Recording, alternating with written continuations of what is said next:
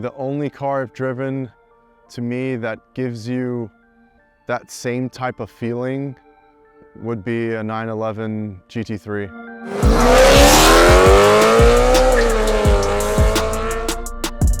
My name is Aleko. Currently drive an E92 M3 2013. It has a Gentani tune and the transmission tune. It also has an AFE intake, all kinds of carbon bits all over, front lip, rear diffuser, all from Autotechnic.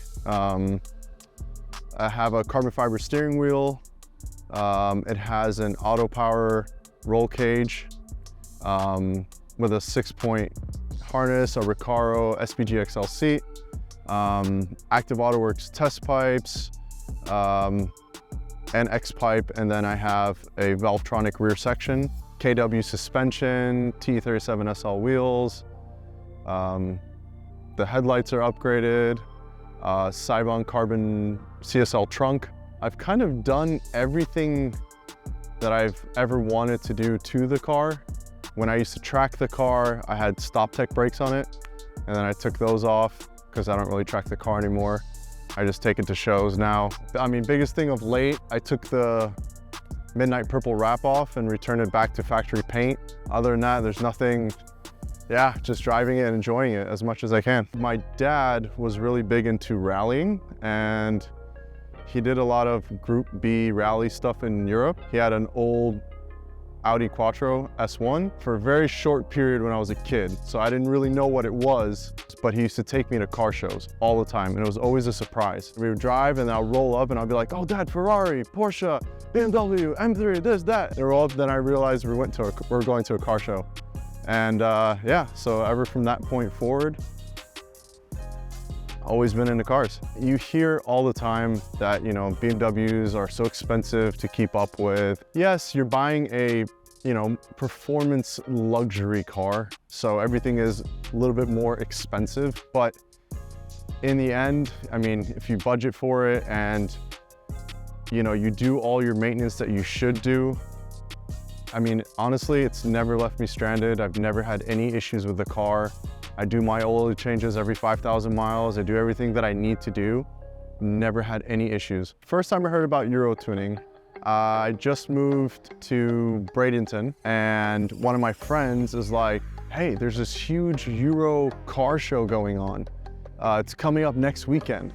And back then I had a Jetta 2.5 inline 5 and Mark 5, and I was like, I need to get my car tuned. I wanted to kind of get it ready for the show. So I went to what was then called Fix Tuning, and that's where I met Justin. And I have bought a lot of parts from UroTuning since my Jetta. The Jetta to the RS4 to the E90 M3 to this vehicle. Bought stuff for my girlfriend, for my brother's car. My brother had a Mark 5 GTI, so I don't know, it's just like over the years, I've been part of the whole UroTuning fam, if you will, since all the way back then. I've taken it to every possible car show you could take it to in Florida. Slammed Enough, Clean Culture, I Love Driving Slows events, Tuner Evo, Fix Fest is every year, which is by far my favorite show. The cruises to the car shows are always one of my favorite moments. Getting all your friends together and driving to the events. Just being in the atmosphere at the shows. You're in that car culture and where everyone has that same passion, and you get to see friends that you haven't seen in a long time. I'm not putting my car on the show to win anything. I'm there for the experience, for seeing my friends and all that. But then I get called to the stage and you won best BMW or best Euro car, and I'm like, wait, what? Cool. And then you get this trophy and you're like, huh, awesome. It's cool to feel your car being recognized at an event with hundreds of cars, and the judges liked your car. I love the E92 M3. I think out of the older generations, the E36 to me feels the most nimble. The E46 M3 to me is the best looking out of them. The E30 is, you know, that's God's chariot, right? That's what it's called. That's the legend. You know, that's what started it all. And then to me, the E92 M3 is like the most perfect overall M3. To me, it's the last, if you will, real M3. That's how I see it that way, because it's the last drive-by-wire type M3.